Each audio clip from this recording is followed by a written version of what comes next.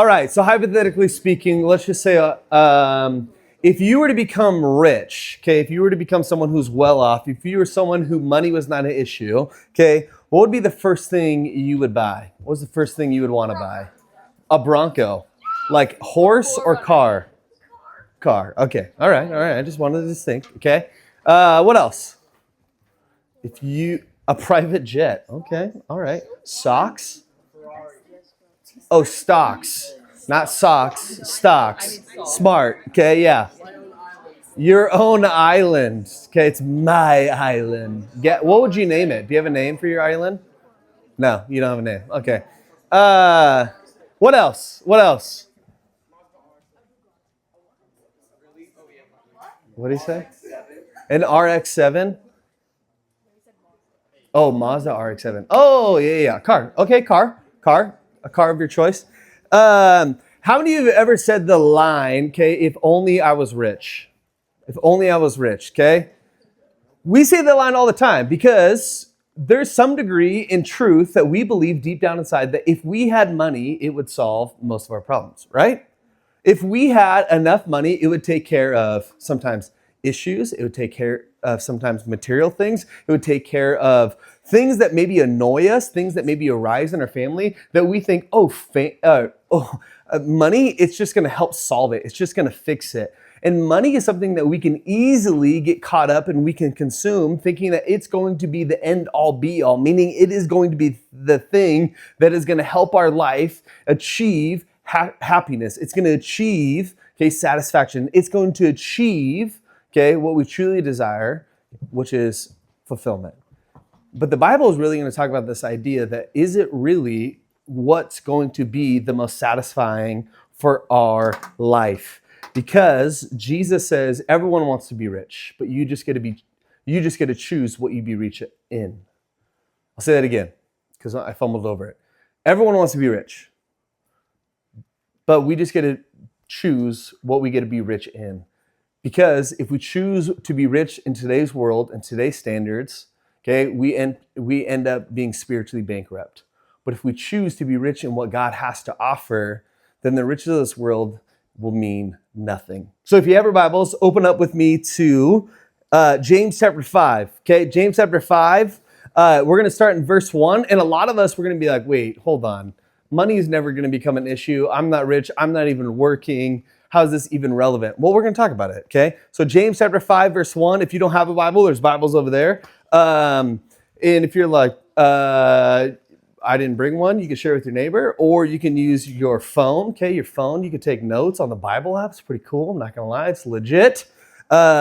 James chapter 5, verse 1. We're getting to the end of this series, and what you have to understand is the way that James writes, he's the half-brother of Jesus. He kind of writes a little bit of like Proverbs. If you guys ever read the book of Proverbs, if you're a longtime Christian, it's kind of a wisdom book where he kind of has a stanza here and he's talking about wisdom. And then he has a stanza here and he's talking about relationships. And then he has a stanza here and he's talking about money. So James is kind of writing a little bit of a book of wisdom, and he's kind of going from one thing to the next. And so that's why we talked about submitting, and then we talked about humility, and then we talked about planning, and then now we're talking about riches, because he's kind of going to one topic to the next topic to the next topic. So James chapter 5, verse 1. If you're there, say preach. Preach.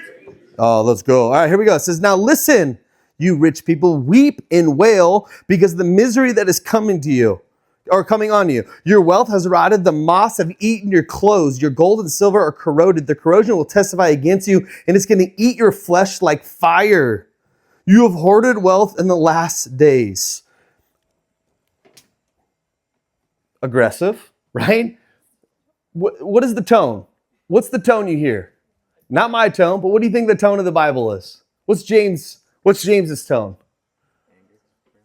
Angry, okay? Maybe a little bit, yeah.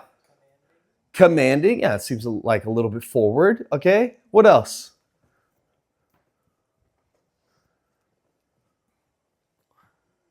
What is his tone? What do you think he's saying? It's intense? Now let me ask you this, okay? Why do you think he's so passionate? Why do you think he's so intense? Why do you think he cares so much about this topic? Why do you think? What would you say? What would your guess be? You're not thinking of the right answer. You're not trying to sound, okay, super smart, super theological. But why do you think you'd be so passionate about this? What do you think?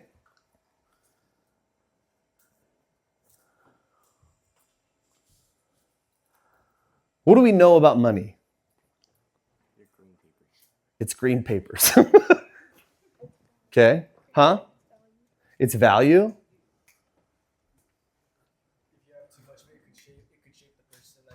If you have too much, it can shape who you become. There's this passion that I think that James has behind what he's writing to the church. And the reason why is because he's confronting this issue of what does it mean to be wealthy? Because what wealth is going to ultimately going to do to them and what it's going to do to us, it's going to expose who we really are, because we think wealth, and what I mean wealth is we think anything that we can have in today's world, we can find our identity and we can think that it's ultimately going to provide some sort of security. And it's this illusion that they had back then that says, if I get enough money, if I have enough finances, if I have a big enough house, if I have a nice enough car, okay, if I have all the material possessions that I want, it's this illusion that's going to provide security of what I need, of what I value. Right? And what he's trying to help them understand, the tension is they believe that they're winning in life. They believe that they're like, we got it. We've got it made. We figured it out. We have everything we want. This is what happiness looks like. This is what joy looks like. This is what satisfaction looks like. Now, we're not necessarily talking about money anymore. What we're talking about is what we find in material things or what we find in this world that makes us think that we're winning. That makes us think that we have enough. That makes us feel like I'm on top. It's kind of like this. Okay, when the first iPhone came out, okay, how many of you have iPhones or smartphone? Okay, it was a big deal, okay, in 1990. Just kidding, I'm not that old. Okay, but it was a big deal when the iPhones came out, so much so, okay, that some of your leaders probably remember that you would wait in line in order to get an iPhone. And you would stand there for hours upon hours upon hours. And it's also what you do for movie premieres to be the first one to see a movie, but that's not even something that happens today. But you would wait in line, and you would wait in line, you would wait in line, you would wait in line, and you would just hope that they would have enough iPhones for you to get an iPhone. And you would wait there all day, and sometimes you'd have to call back because you didn't get it that day, and you'd have to call back the next day and the next day, the next day, the next day. It's like, hey, we ran out. Sorry, we ran out. And you would just spend so much time, energy, and you would spend so much money in order to get this iPhone, only to know that when it first came out, you had no idea that in less than 9 months, they're going to come out with iPhone 2. And you're like, wait, hold on. I almost spent 9 months trying to get this phone, and now you're already telling me there's going to be an iPhone 2? It's like, all right, come on. Like, how many of you have like the upgrade of your phone package where it's like, hey, in 9 months, you can get the new phone? Some of us have that. Some of us, okay, maybe you don't know that and your parents aren't telling you that because they don't want you to ask for a new phone. But it's the same thing. It's the same idea that in today's world, we have this built-in idea in our head of that we run this rat race of, oh, once we get this, that's what's going to fulfill us. That's what we need. That's ultimately what's going to make us happy. And then when it comes time, it's going to end. It's going to lose its for us. And so we have to chase something else. We have to find the new next thing. It's like style. It's like clothes for some of you. And he's saying those things that you invest in, the things that you love, they're rotting, they're corroding. Moths have gotten to them. And he's almost like mocking them, saying that you're going to have to weep and wail one day is because your God is no longer your God, but your God is your material possessions. Your God is found in this world. Your God is found in what you invest in. And what they thought was going to bring them life, God is saying it's going to bring you death.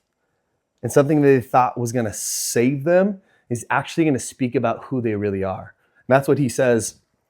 Okay, that's what he says in the second half of verse 3. He says, "You have their corrosion will testify against you and eat your flesh like fire." That word testify, where do you hear that word? Huh? Court. What does it normally mean in court? Yeah, talk about something. You're going to tell a story about what you saw. You're going to tell a story about your perspective. You're going to tell a story about, hey, here's what I witnessed on this day. And you're going to be on the stand and you're going to have to share what you saw, what you witnessed. And it says that your wealth are going to tell a story about you. Your riches are going to tell a story about who you are. And it's going to testify against you.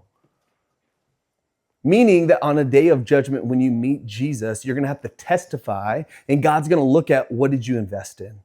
What did you love? What did you value? And it's going to reveal two things about you. The two things that it's going to reveal about who you really are. It's going to reveal your character, what you invested in. Did you care more about your title?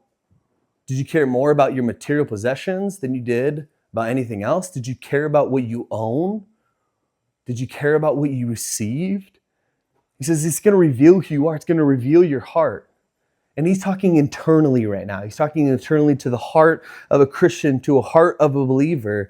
So it's going to reveal who you are, your character. Then it's going to reveal who you worship. How would you define worship?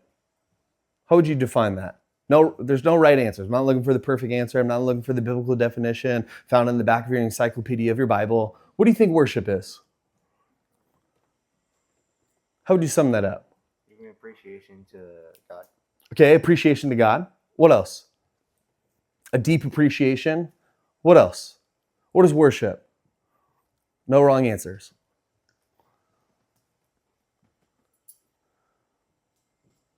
So quiet. What do you think it is? How about this? Okay. No, I'm not going to do it. Never mind. I had an idea. Okay, how about this? Looking to the people next to you, everyone, what do you think the definition of worship is? Okay, talk to the person next to you. Ask them, what do you think the definition of worship is? Okay. Okay, now people are talking. I like it.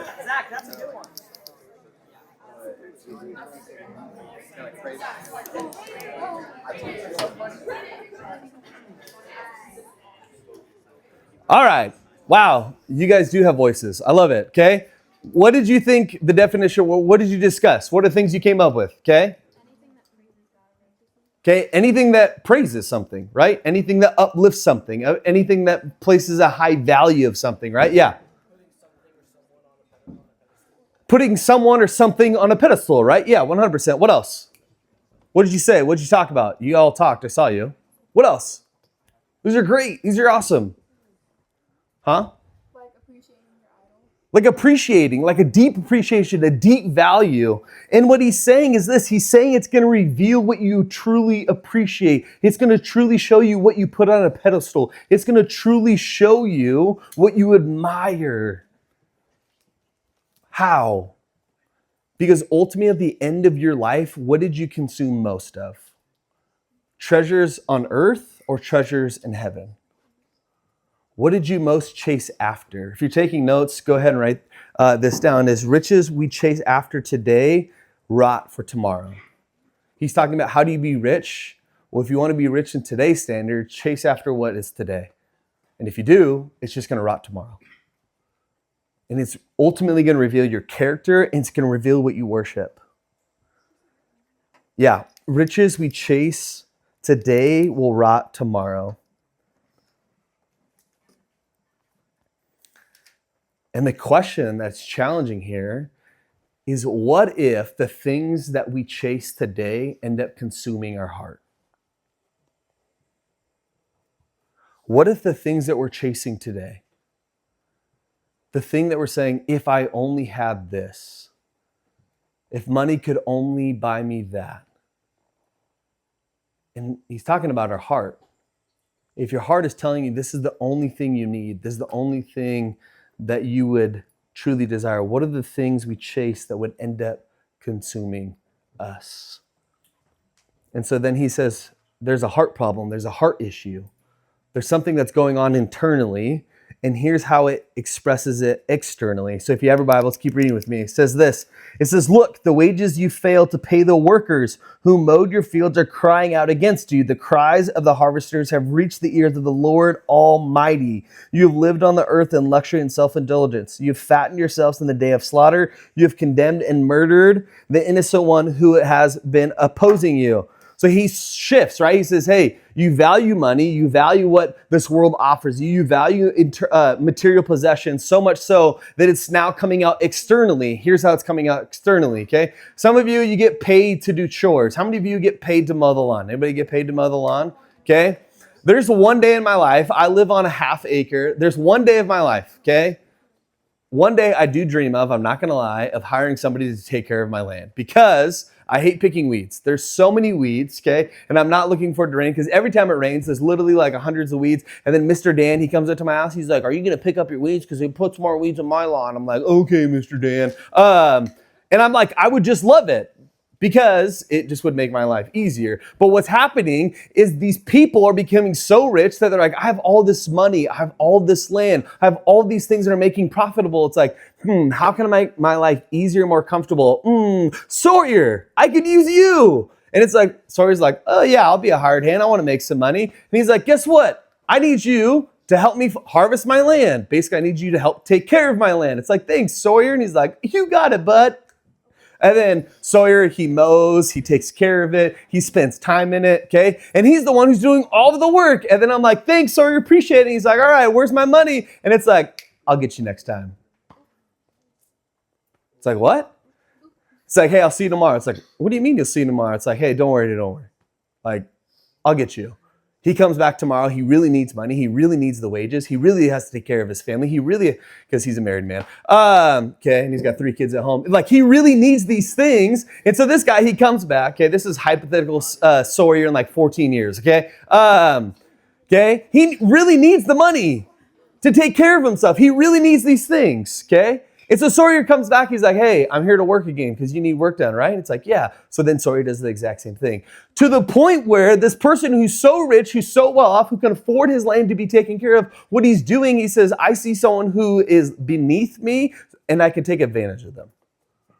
Because in his heart, he knows that he's well off. In his heart, he knows that he's achieved. He's winning in life. Because he's winning in life, it's now externally showing in how he treats people. You see, when we have a heart issue, when you have something that's going on internally, it's ultimately going to expose with how we treat people. See, this is why it's not a money talk. This is why it's not a how much do you have in your bank account talk. Can it relate to that? 100%. But here's why it's more of a what do you value? What do you idolize? What do you put on a pedestal? Is because when you value certain things in this world, it's going to diminish the value that you have towards other people. And what's happening is that they are struggling. Okay, if you're writing, if you're taking notes, write this down. It's don't be rich in power because you're going to be poor in love. Don't be too rich in power because you might be poor in love. Now, does that mean power is bad? No. Does that mean influence is bad? No. Does that mean a position is bad? No. I'm not saying that if you have any sort of power, if you have any sort of influence, if you have any sort of position that comes with power, it's bad. But what I'm saying is this, is that all of us have a degree of power. I know some of you are like, I'm not powerful at all. I'm literally the weakest person here, okay? I have no influence. I have no pedestal to stand on. Here's what I'm going to challenge you in is, what is your sphere of who you talk to? What's your sphere? Is it one friend? Is it a parent? What's your sphere? Because we want to diminish ourselves. We want to put ourselves lower. It's like, I have nobody that I influence. I have nobody who's listening to me. I have nobody who's watching me. But that's beside the point. I'm not talking about the power, the pedestal, the title. What I'm talking about is the sphere of influence that you have about who's watching you, who's listening to you. Because we can easily become rich. We can easily become thinking that we can use people to get what we want. That's what richness is in this case. Is that you've become so rich that people are means to the ends that you want. That you're trying to gain things from people more than have a relationship with the individual. And we've become so good at this in today's culture. Well, what can you get me? What can you gain me? How can you value me? How are you going to lift me up? And he says, the reason why we need to understand the danger is because we're going to become corrupt and it's going to lead us to take advantage of people. That's what he says. He says, I'm going to take advantage of people. I'm going to look at people like Sawyer. You did this for me. Great. Thank you. Move on. Let me get the next person. Great. I can get this out of you. I can squeeze everything out. Great. Awesome. Let me move on. And some of us, we have to be really careful. It's because we look in the mirror, we go from one friend to the next friend to the next friend. Why? It's because we're done using them. They're not fulfilling the need that we wanted anymore. Why? It's because we idolize something. We idolize a characteristic. We idolize something that we value about us. And if that friend, that community, the people around us aren't giving it anymore, then maybe we've idolized something above God. And it's coming out and expressing itself with how we treat people. This isn't changing your behavior, but it's looking internally at what your heart is. And it's showing your heart, it's revealing your heart by how you treat people. And I've said this before, and I'll continue to say this again, okay? Is if you're not good with people, you're not good with who? God. If you're not good with people, you're not good with God. We need to treat people like image bearers instead of tools. Image bearers, what does that mean? It means that we're all created in the image of God, meaning that all people have values because God created them. God put a stamp on them. God said, I made you. I made that individual. Do we see people, do we treat people like they're a creation of God? Do we treat people in that way? So when our worship and our wealth, it's going to start using people. And when we seek power, we're going to stop seeing people. That's the danger. We're going to stop seeing people and who they are and what they think, and what they feel, and their value, not to us, but their value to this world. And winning has become more important than compassion. And success has become way more important than justice. And so here's what he says to this, because he's going to flip this idea of what our world values, and he's actually going to change it, and he's going to flip it on its head, because he said, the cries of the harvesters have reached the ears of the Lord. Who does God value most in this story or in this idea? The harvesters, the people who are working. And if you're Sawyer, if you're a hired hand, if you're the one who's working, it says that you're crying out. Crying out to who? God, saying what? Huh? What is the harvester saying? What is the worker who's been abused, who's been oppressed, who's been taken advantage? He's crying out to God. What is he saying? To God. What do you think he would say? Why have you forsaken me? Why have you forsaken me? Did you turn an eye? Did you forget about me? 100%. What else?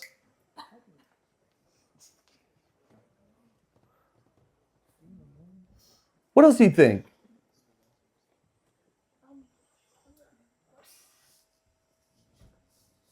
Oh man, I should have you turn to your neighbor again.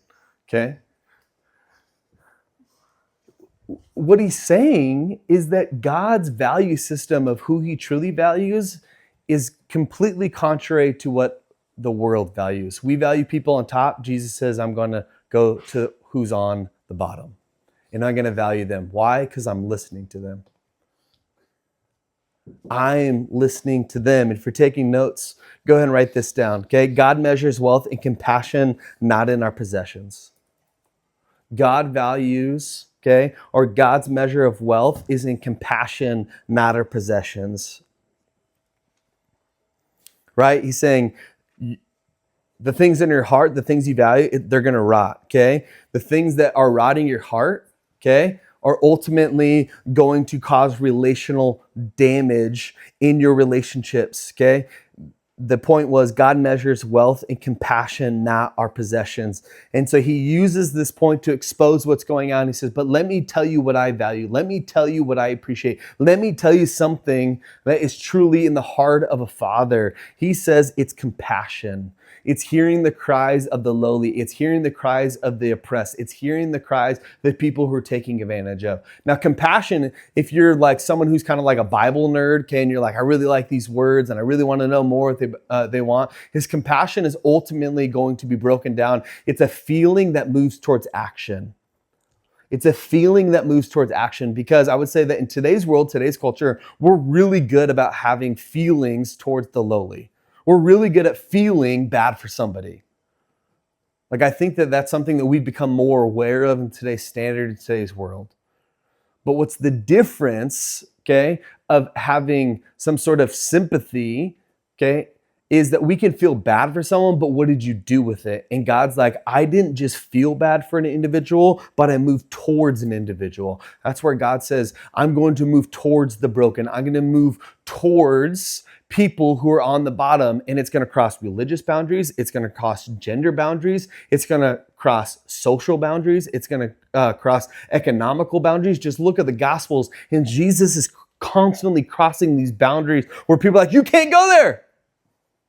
Don't step over that line, Jesus. That doesn't make sense. Jesus, don't go there. Hey, listen, we have a history. We don't do that. We don't act that way. But that's what compassion does. Compassion says, here's the line. I don't care. I see a person. I don't care how you see me. I don't care what I crossed over. I don't care if it breaks culture. I don't care if it breaks how you see me. Because what I care about is I care about individuals, and how I feel about them, it moves me towards action. We need to be a ministry. We need to be 9th and 10th graders, men and women who move towards people who are hurting, who are oppressed, who are broken, who are on the bottom. We need to be the people who break a hierarchy, that create the value system of what is in the kingdom of God, which is a lateral kingdom, not a ladder to climb. And if we're not careful, we are going to be more caught up in what drives us, what we own, and who knows us, and what have we achieved.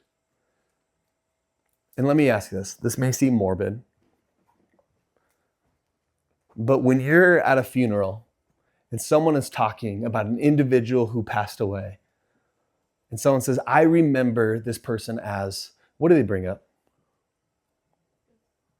Like what? Humor, personality, what else? Yeah. Kind. What else? Generosity. What else? Okay, funny stories, right? The relational aspect of them. What else? Yeah, what they did, their work. Okay, how they worked. What did they demonstrate at work? You know what I've never heard at a funeral? What do they own? What do they possess? What was their GPA in high school? I've never heard at a funeral, okay, how many accolades they had in sports. At a funeral, it's always about how they loved me, how they cared about me, the funny stories of how we did relational time. It's always about how they valued family. It's always about who they were as an individual. Why? It's because deep down inside, that's truly what we care about. And a question that radically changed my life, okay, and it was so crazy, and I'm like, you have to view it from a healthy perspective. It's like, but at the end of my life, what do I want people to say about who I was? What did I value? What was important to me? The people that I love, if they were to stand and share my story, what would they say that I love? What would they say that I invested to? And some of you, if you want to phrase it a different way, because like, I don't really want to go down that road, it's what are you going to be known for at the end of 9-10? What are you going to be known for at the end of high school? What's going to be the story? What's going to be the line? Hayden is blank. What's going to be the story? Because I hope the story that God is trying to encourage us with is you should be known for some sort of how you move towards people, how you love people, how you're compassionate about people.